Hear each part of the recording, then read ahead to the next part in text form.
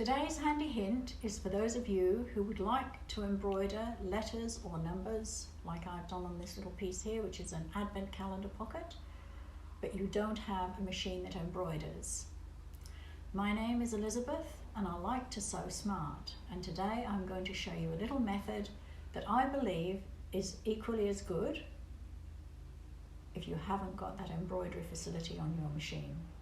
So this is my embroidered number on here. It's done with a gold metallic thread, and this is what I'm going to use instead. Now this is a Crayola signature pen. It's a gold and it has, you have to shake it, and it has a pump action on the end, and it is exactly almost the same width as your embroidery would be for a number. It does come in a rose gold and a silver and a bronze and a copper. Very good.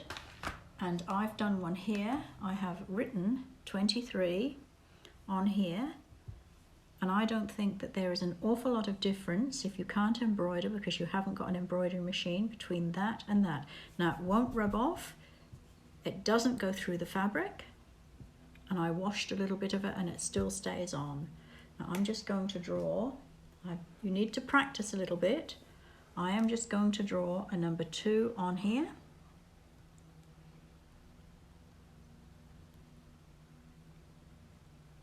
Just so you can see, and go over it again.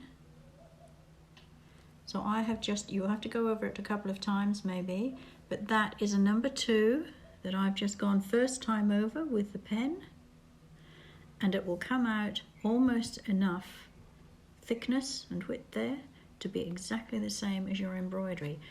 So I'll leave that to dry, but don't worry if you haven't got embroidery on your machine, because even if you wanted to do it on something paler, you can use a copper or a bronze.